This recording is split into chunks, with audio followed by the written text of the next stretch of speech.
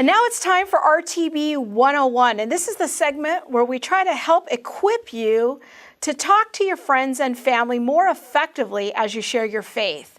And once again, I'm here with my friend, colleague, Dr. Rana. Welcome back, Fuzz. Krista, thank you. And we're going to be talking about Neanderthals again. Yeah. So I think that before we get to our big question, let's just have a brief recap of orienting ourselves to who were the Neanderthals and how do they relate to us, or do they? Right. Well, Neanderthals are these creatures that are referred to as hominids that existed between 250,000 years ago and about 50,000 years ago in Europe and Asia and parts of the Middle East. Many people, from an evolutionary perspective, see them as part of this evolutionary origin of humanity. Many people would consider them evolutionary side branches, but they're still part of the evolutionary drama.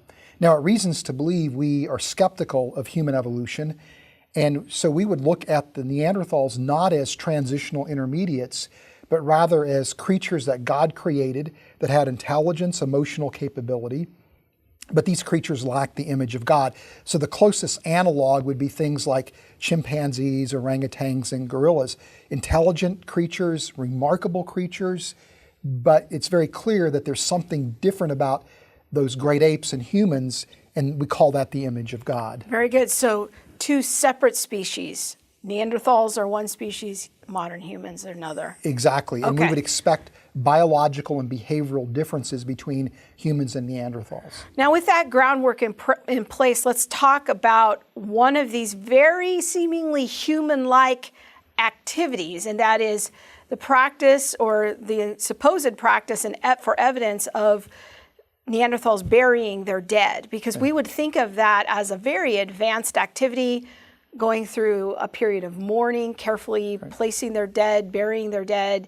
That sounds awfully human. Doesn't that kind of undermine the reasons to believe approach? Yeah, and if Neanderthals are indeed burying their dead, and if those burials are ritualistic, then that means that they must have some sense of an afterlife. So they must be like us in some way. And while many people in the general public think that Neanderthals buried their dead, it's actually a heavily debated issue among anthropologists. So some people are arguing that there are Neanderthal burials that were ritualistic because they find artifacts with the Neanderthal remains, and even in one instance, pollen grains on in the grave site that they think reflects a ritualistic burial where flowers were placed on the Neanderthal remains.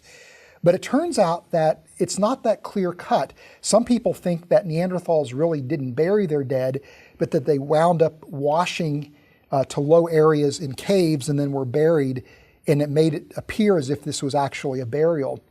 Some people are arguing that the artifacts associated with Neanderthal remains are actually reflecting the burrowing activity of rabbits in these caves that are churning up the layers, introducing artifacts into the Neanderthal quote-unquote graves. And then there are studies done showing that the pollen associated with these burials actually is due to the wind carrying pollen into the cave, or maybe activity of insects or rodents. So the bottom line is that it's not clear that Neanderthals buried their dead, and if they did, it's not clear that it was ritualistic. So this is not an established fact scientifically. Very good. So really having to take a look at that closer data, not just go by the headlines of what it might mean. Right. There's a lot of discussion about Neanderthals having sophisticated behavior that makes its way into headlines, into the science in the news headlines. But when you get into the scientific literature, it really is a very different story. And so one of the things we try to do here at Reasons to Believe is to expose people to what's actually being discussed in the scientific literature.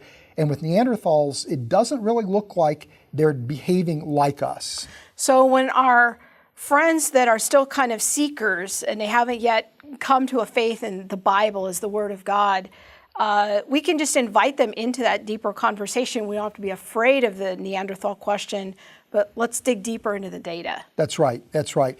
And, and again, this is an important question, because if Neanderthals are really like us, it undermines this notion of the image of God, which is foundational to the Christian faith and foundational to the gospel.